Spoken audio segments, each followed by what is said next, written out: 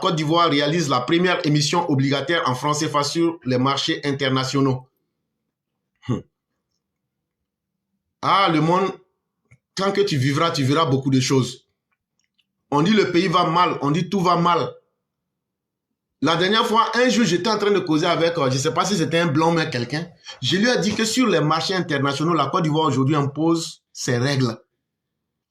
Mais beaucoup ne comprenaient pas ce que je voulais dire. Parce que les gens ne posent pas de questions.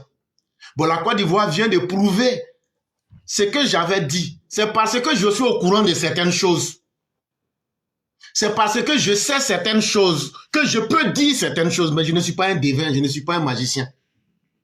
C'est parce que je prête attention et je prends le temps de me renseigner pour comprendre certaines choses.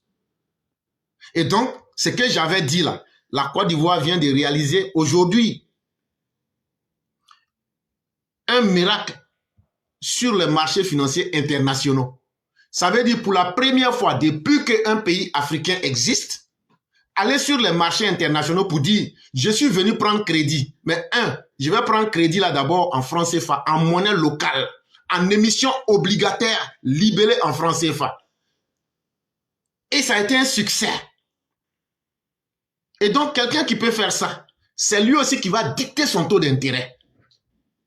Et donc, voilà la réalité qui est en face. Ceux qui disent que tout va mal en Côte d'Ivoire et que le pays se porte mal, aujourd'hui c'est la Côte d'Ivoire qui impose ses règles à ceux qui veulent lui accorder de l'argent.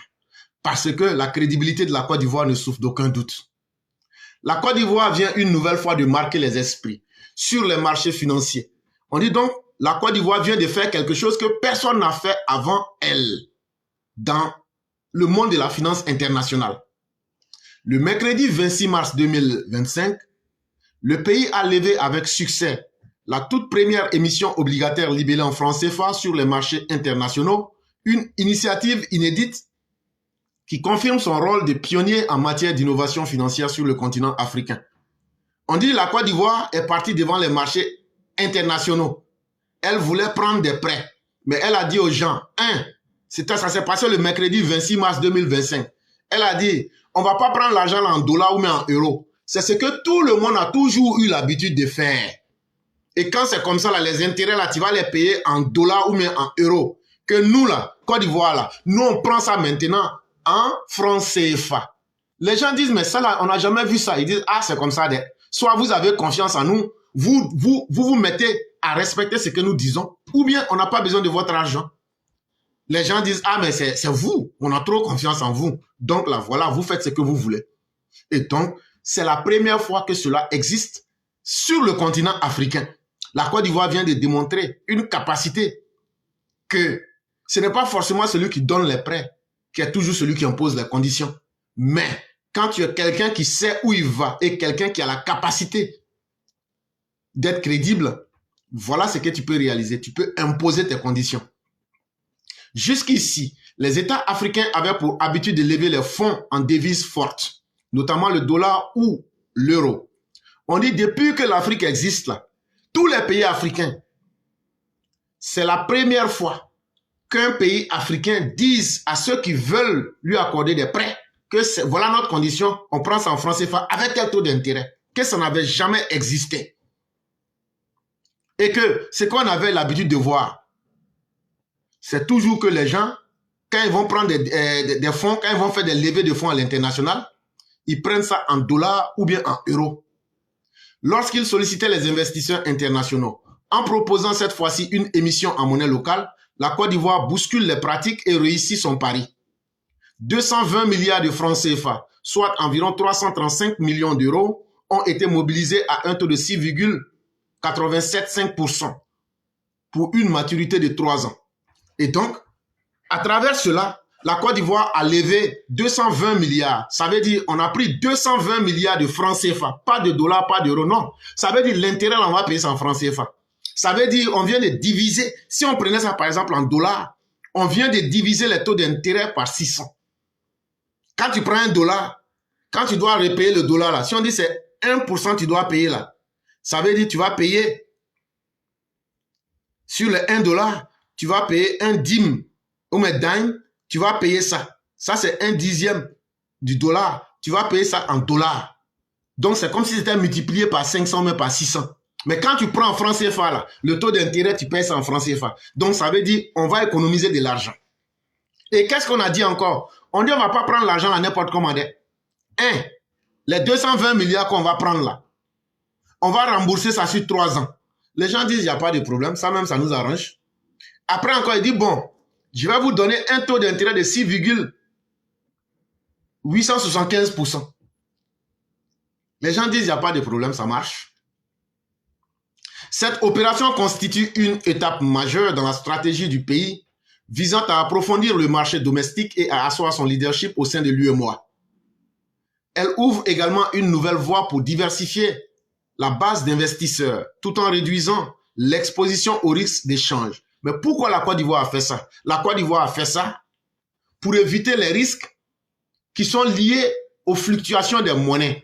Vous savez, avec un monde qui est devenu très incertain, la Côte d'Ivoire a pris un risque en essayant d'imposer au marché financier quelque chose que personne n'avait jamais essayé. La Côte d'Ivoire dit aujourd'hui là, nous on a besoin d'argent, mais nous on ne peut pas aller prendre l'argent n'importe comment. Avec un environnement qui n'est pas stable, on ne peut pas continuer à prendre l'argent en dollars ou même en euros. On va prendre ça en francs CFA parce que la valeur du franc CFA ne change pas en fonction d'elle-même.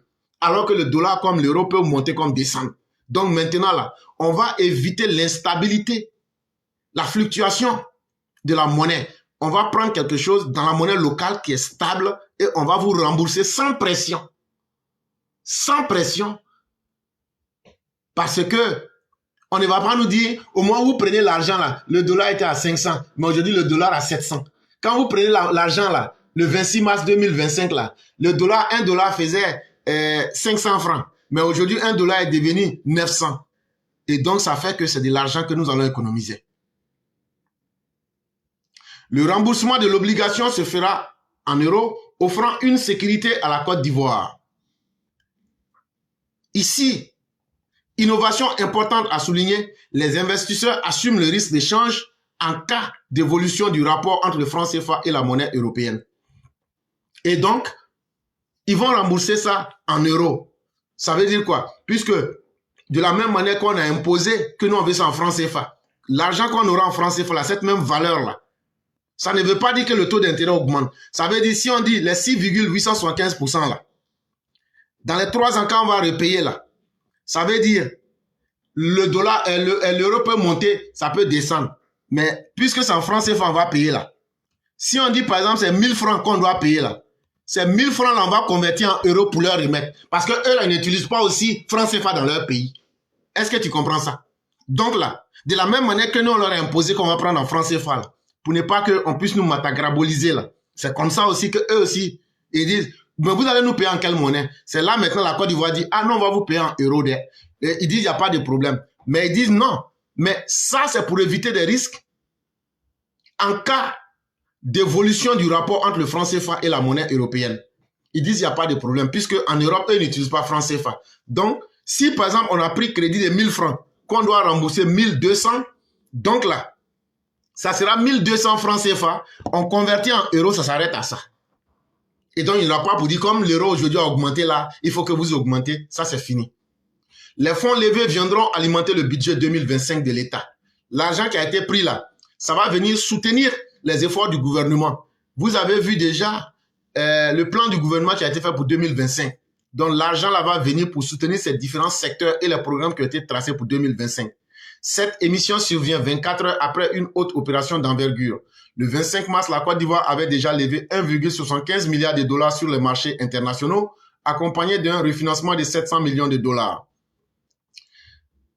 En l'espace de 2 jours, Abidjan démontre sa capacité à innover, à capter la confiance des investisseurs et à déployer une stratégie de financement sophistiquée, en ligne avec ses ambitions de développement et sa gestion proactive de la dette publique. Et donc, voilà l'information qui nous a été donnée par Sika Finance pour ceux qui voudraient vérifier.